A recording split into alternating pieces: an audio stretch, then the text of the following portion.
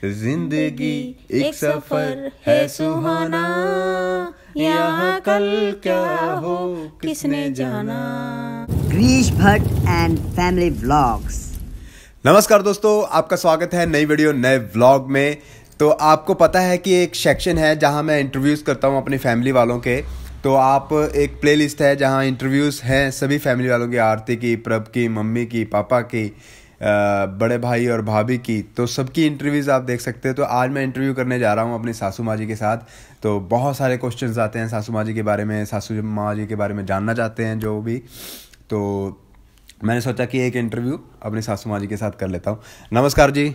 नमस्कार। सत श्री अकाल जी। सत श्री अकाल। और ठीक ठाक सब कुछ? हाँ जी, ठीक है। अच्छा, तो कैसा लग रहा है हमारे चैनल में आके? बहुत अच्छा लग रहा है। घर आपका है, चैनल हमारा है। चैनल तो चैनल ही है ना। हाँ, चैनल तो चैनल है। तो अभी आपको बहुत सारे लोग देख रहे हैं और आपके व्लॉग्स को बहुत सारे लोग देखते हैं, तो आपको कैसा लगता है? अच्छा लगता है। अच्छा लगता है। अच्छा, कभी किसी ने पहचाना है आपको? हाँ, प्रभ की मम्मी के। प्रभ की मम्मी।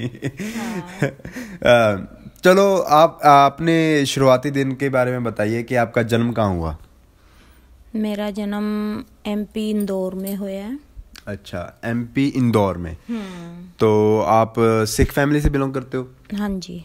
ओके, तो पंजाब में कब आना हुआ, कैसे आना हुआ? जब 84 दंगे हुए थे तब, क्योंकि तब सरदारों को मार रहे थे बहुत ज्यादा। तो तब मैं छोटी थी, 13-14 साल की, तब आ गए थे। इंदौर में भी ऐसा कुछ हो रहा था? बहुत ज्यादा। अच्छा। यानी हम बाल बाल ही बच गए थे। कोशिश पूरी थी उनको हमारे घर पे आके मारने की, पर हमारा बिल्डिंग में ऐसे घर था, हमारा सेंटर में था। पहले वो नीचे गए, नीचे भी सरदारों का घर था। तो वो कुदरत से ही वो है नहीं थे घर पे, सिर्फ वो लेडीज थी, उसके अभी बच्चा हुआ था तो शिले में ही थी। तो वो कहते लेडीज और बच्चों को नहीं कुछ कहना, बस सरदारों को मारना है। तो उन्होंने कहा एक सरदार का होर है यहाँ पे घर। तो वो कहते ऊपर है। तो वो ठेठ ऊपर चले गए, बीच वाला घर भूल गए। हम बाहर से ताला लगा के अंदर ही 13 जने छुपे हुए थे। तो कितने दिन छुपे रहे हम, भूखे प्यासे अंदर ही। मतलब कि उस समय बहुत सारा कुछ बुरा भी हुआ है। मतलब कि आम लोगों को जो हरास किया जाता है, चाहे वो हिंदू फैमिली हो चाहे सिख फैमिली हो, उसको दोनों को बहुत ज़्यादा परेशानी हुई उस समय दंगों के टाइम। अच्छा, तो फिर आप वहाँ से निकले कैसे? निकले हम, जैसे गुरुद्वारों के ट्रक थे लगे हुए। तो उन्होंने फिर जैसे रात को ट्रक जाते थे पूरे भर भर के और गुरुद्वारों में रुकते थे सारे सिख इकट्ठे होके। तो हम वहाँ रहे कितने दिन। वहाँ का एक देवास नाके पे एक गुरुद्वारा है जहाँ पे सबकी फैमिली को रोका हुआ था। सब अपने बच्चों के साथ अपना सामान सामून ऐसे ही छोड़ के सिर्फ ये एक एक कपड़ों में वहीं रह रहे थे और वहीं पे खाना वगैरह खा रहे थे गुरुद्वारे में। अच्छा, तो फिर पंजाब कैसे आना हुआ वहाँ से? पंजाब से जैसे ना ट्रक आ रहे थे, तो ट्रक में 2-2 3-3 फैमिलियाँ लेके आ रहे थे और वो कह रहे थे साथ में कुछ नहीं लेके जाना, सिर्फ एक एक जोड़े कपड़े लेके जाने। तो हम जब पंजाब आए तो रास्ते में हमारा ट्रक घेरा 1-2 बार, पर बचाव हो गया। यानी जैसे हमारे ट्रकों में भी उन्होंने रखे हुए थे, जैसे कृपानी वगैरह रखी हुई थी, पर हमारा था यानी कम से कम 5 फैमिली थी एक ट्रक में, बच्चे समेत। तो फिर हम आए, फिर हम अपने पिंड गए, ये जो है करतारपुर के पास में। वहाँ गए तो वहाँ फिर दादा की यानी जिदा ज़मीन थी वो भी नहीं उन्होंने दी हमें। उनकी नीयत बदल गई थी, बस वैसे ही दी नहीं। फिर हमें कुछ ज़मीन पापा ने खरीदी, कुछ गुरुद्वारे की तरफ से हमें मिली, तो हमने बनाई वहाँ पे। फिर वही रोज़ का कलेश, लड़ाई झगड़ा। फिर हम यहाँ आके जलंधर में रहने लग गए। तो आपकी शादी कब हुई? मेरी शादी 1984 में हुई। अच्छा, 90 उसी टाइम 84 में शादी हो गई आपकी? हाँ, लास्ट में हुई थी। जैसे दंगे मेरे ख्याल से मार्च में हुए थे, ऐसे कुछ हुए थे, याद नहीं जून है। में शायद? जून से नहीं, जून से नहीं हुआ था, मार्च में हुए थे। जून में तो फिर दीदी की शादी कर दी थी। जून में दीदी की शादी की और 6 महीने बाद फिर मेरी हो गई थी। उन्होंने कहा था कि माहौल ख़राब है, मेरी मम्मी है नहीं। मेन बात ये है कि मैंने अपनी मम्मी नहीं देखी है, तो ना मम्मी की शक्ल याद है, बस एक फ़ोटो से पता है कि वो मेरी मम्मी है। तो मैं बहुत छोटी थी जब मेरी मम्मी यानी शांत हो गई थी। तो उसके बाद जब हम आए तो फिर पापा ने कहा कि कभी पापा को इंदौर जाना पड़ता था, पापा का सारा उधर ही था काम वगैरह, इधर पैर जमाने मुश्किल थे, तो कभी पापा उधर जाते थे कभी इधर आते थे। तो जब हमें छोड़ के जाते थे, हम छोटे छोटे थे, तो फिर छोटे भी थे तो उनको जिम्मेवारी बहुत ज़्यादा वो हो रही थी कि लड़कियां हैं, पंजाब का माहौल सही नहीं है, तो उन्होंने फिर जल्दी जल्दी जो जैसा रिश्ता मिला हमारा करवा दिया। अरे तभी ससुर जी और आप में बहुत उम्र का फ़र्क है। हाँ, उम्र का फ़र्क ऐसे है ना कि जो यानी कि एक मेरे पापा की बेटी बनी हुई थी, वो पंजाब में आती जाती थी, सत्संग लगाती थी। तो उसने ना ये गए होंगे वहाँ पे सत्संग देखने, तो मेरी सास ने कहा होगा कि हमें इसकी शादी नहीं हो रही है, हमें कोई लड़की बताओ, लड़की बताओ। तो वो जो मेरी पापा की लड़की बनी हुई थी वो कहने लगी मैंने तेरी बड़ी लड़की का रिश्ता पक्का कर दिया है। तो पापा कहते उसकी तो शादी भी हो गई है, उसकी शादी को तो 4-5 महीने हो गए, तो मैं कैसे शादी कर दूं। तो कहती तू छोटी की कर दे। तो कहती छोटी तो अभी पापा कहते बहुत छोटी है, अभी तो उसको खाना भी नहीं बनाना आता, क्योंकि जब मुझे भूख लगती थी मैं रोने लग जाती थी, पापा खाना बना के देते थे, मैंने बचपन से कोई काम नहीं किया प्रिया की तरह। तो फिर पापा कहते वो तो बहुत छोटी है, नहीं कहते तुम देखो। तो फिर जब पापा ने इनको बुलाया, कहते उसकी माँ ही है लड़के की अकेली, माँ का प्यार मिल जाएगा लड़की को, ऐसे वैसे वगैरह जो घर में होता है। तो जब ये आए तो इनके थोड़े विचार मिलने लगे, ये भी पाठी थे वो भी पाठी थे, गुरुद्वारे में दोनों के कुछ ग्रंथ साहब के बारे में बात होने लगी इनके, यानी कि ज़्यादा इनको लगा कि बहुत ज़्यादा समझदार है ऐसे वैसे। तो फिर बस हो गई शादी। Okay okay okay. तो प्रभ का जन्म कब हुआ? प्रभ का जन्म 1994 में हुआ, यहीं पे जब हम गुरुद्वारे में रहते थे रामा मंडी में। अच्छा, तो बचपन में कैसी लड़की थी? शरारती थी, प्यारी थी, चुप रहती थी? ठीक ही थी, इतनी शरारतें की नहीं, बस ये था इसका बचपन में है कि इसको डॉल ज़्यादा पसंद थी। तो जब ये छोटी थी तो अपने पापा को कहती थी कि मुझे उठाओ, फिर इसको उठाते थे तो फिर कहती थी, डॉल भी दोनों हाथों में पकड़ती थी, तीसरी कहती थी उसको भी उठाओ। तो 3-3 डॉल ऐसे 2 हाथ में पकड़ के रखती थी, फिर इसको उठाते थे, फिर एक उसकी डॉल उठाते थे। हम कहते हम तेरे को तो उठाए साथ में तेरे ये भी उठाने पड़ते हैं खिलौने भी। बस वैसे तंग नहीं किया इन्होंने मुझे, बच्चों ने तंग नहीं किया, ठीक है बच्चे। बस मैंने आज तक कभी मारा भी नहीं है इनको। अच्छा, इनको पूछ लेना, मैंने थप्पड़ मार के ही नहीं देखा कैसे मारते हैं। तो मतलब कि शुरुआती दिनों में मेरे को पता है कि आपने जॉब की और घर को सरवाइव करने के लिए आपने ही काम किया घर में। हाँ। और पिताजी तो जैसे पाठी थे, तो पाठी की इतनी इनकम नहीं होती है कि वो अपना घर अच्छे ढंग से चला सके और बच्चों की परवरिश करनी। तो फिर आपने क्या काम किया? फिर हम यहाँ से जब गुरुद्वारा छोड़ के उधर गए, अभी प्रभ छोटी थी, तो हम रहते थे इधर ठक्कर की फगवाड़े के साथ में बेंडे। फिर मैंने वहाँ JCT मेले वहाँ पे जॉब की, वहाँ पे कम से कम की मैंने 2-3 साल जॉब की। फिर उसके बाद तनख्वाह कुछ नहीं थी, थोड़ी थी बस 1200 रुपये, उसमें से भी कटा के 1000 रुपये देते थे वो। अच्छा। तो फिर उसके बाद हम जलंधर आ गए तो जलंधर में फिर बहुत वो करना पड़ा। पहला मैं रेंट पे मकान ढूंढ रही थी, मैंने कहा गुरुद्वारे में रह के अच्छा नहीं लगता था जैसे बच्चों के साथ, तो मैंने कहा अपने घर में रहो। तो काफ़ी देर पहले हमने जलंधर में ली थी जगह और मकान 2 बना के हम रेंट पे दे देते थे, पर वो उनकी हालत ऐसी हो गई थी कि रहने लायक नहीं थे। ना वहाँ पे बाथरूम था, ना वहाँ पे पानी का कुछ था, ना वहाँ पे टॉयलेट थी। तो मैं ना बहुत दिक्कत में आ गई थी। और ये वहाँ चले गए थे, एक जो शादी में जो आई थी बहन मेरी बड़ी, तो उसके लड़के के नाल उसके लड़के के साथ ना एक्सीडेंट हो गया था कलकत्ते में, तो ये वहाँ चले गए थे। तो मुझे दिक्कत बहुत ज़्यादा हो रही थी, तो फिर मैंने बड़ी मुश्किल से वहाँ पे, कच्चा घर ही था ऐसी जैसे हमारा बार है, तो ऐसे में ही यानी कि मैं काफ़ी टाइम रही हूँ, काफ़ी साल रही हूँ, थोड़ा नहीं काफ़ी साल रही हूँ, कम से कम 10-15 साल ऐसे में ही रही हूँ। और यहाँ जलंधर में एक कुकर फैक्ट्री में मैंने जॉब की है, जहाँ पे मेरी 900 रुपये सैलरी थी। तो बड़ी मुश्किल से कुछ पापा हेल्प करते थे और कुछ मैं, और बच्चे जो हैं वो तकरीबन खर्चा वगैरह मेरे मालिक ही देते थे पढ़ने का। कहते थे बच्चों को पढ़ा जहाँ तक पढ़ सकते, बच्चों को अनपढ़ नहीं रखना, जितना भी ये पढ़ सकते जब तक तू हमारे पास है हम इनका खर्चा उठाएंगे बच्चों का। तो कापी वगैरह किताब वगैरह सब वही खर्चा देते थे।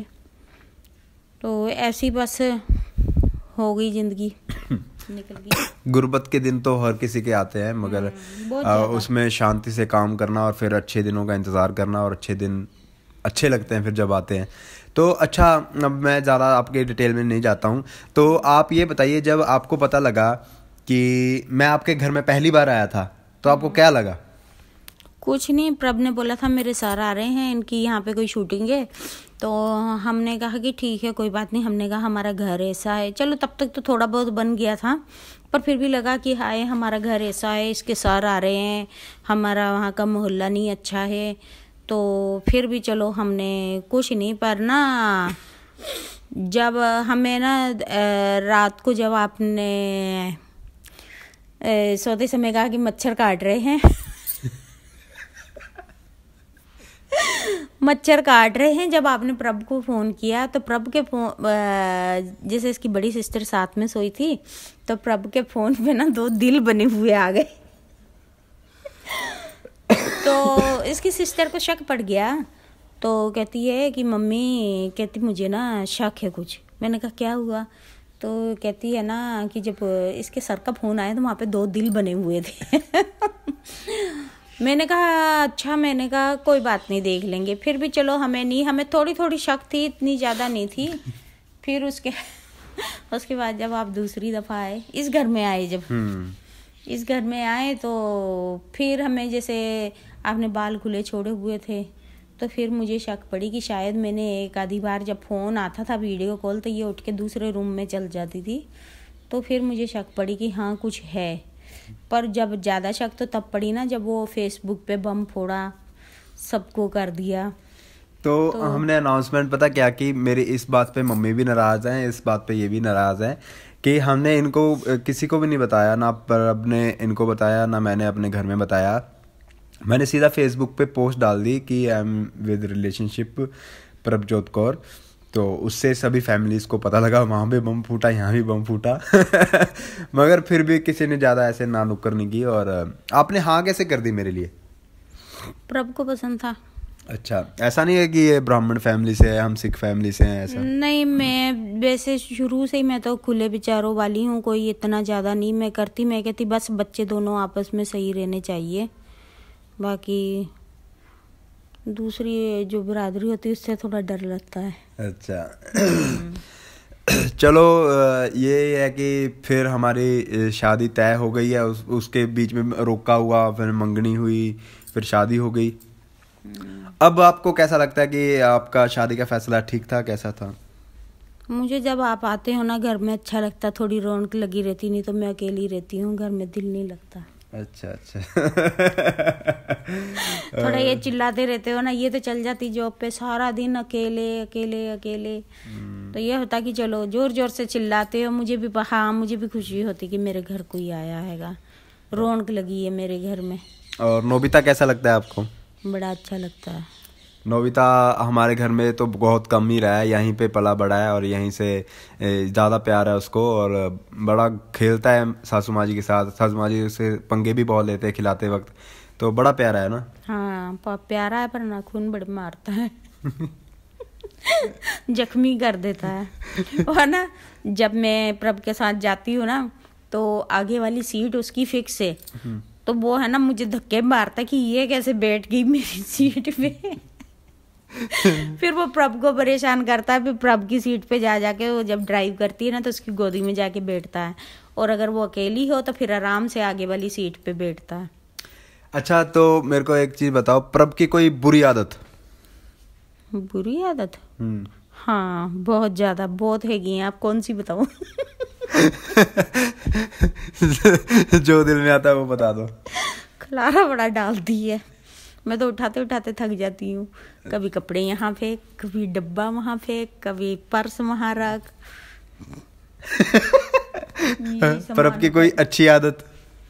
अच्छी आदत अपनी जॉब पे टाइम से चल जाती है। उसके लिए 1 मिनट नहीं लेट होती। खाना बनने में अगर 1 रोटी लेट हो गई तो वहीं टिफिन छोड़ जाएगी, बस मैं निकल गई। फिर वहाँ से तो सैलरी भी मिलती है ना, और वहाँ पे अटेंडेंस लगानी होती है, लेट होती है, इसलिए ज्यादा रिस्ट्रिक्शन नहीं, तो वहाँ भी आराम से जाए वो। सही बात है। तो आपको ऐसा नहीं लगता कि एक क्वेश्चन सबको ऐसा अजीब लगता है कि हमारी शादी हो गई पर अब यहाँ है, मैं वहाँ हूँ, तो आपको कुछ अजीब लगता है कि? हाँ, लगता है, बहुत लगता है। लड़कियों को कम से कम जॉब हैगी है, चलो ठीक है, उसकी भी मजबूरी है, हमारी भी है, पर तुम दोनों इकट्ठे रहो ये ज़्यादा ज़रूरी है। ये तो है, मगर अभी थोड़ी सेटल डाउन हो जाए तो उसके बाद ही हम एक साथ रहेंगे, बस ज़्यादा टाइम नहीं है, थोड़ा टाइम ही है बस। तो कोई गाना सुना दो गा के हमारे दर्शकों को। वैसे तो बहुत गाते हो।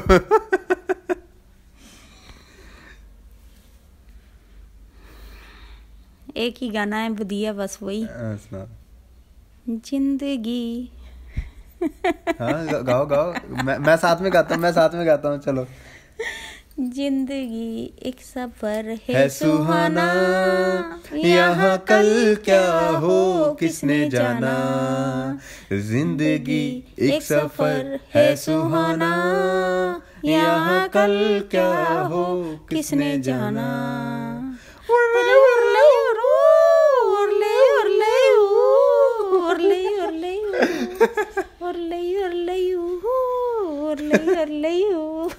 Very nice.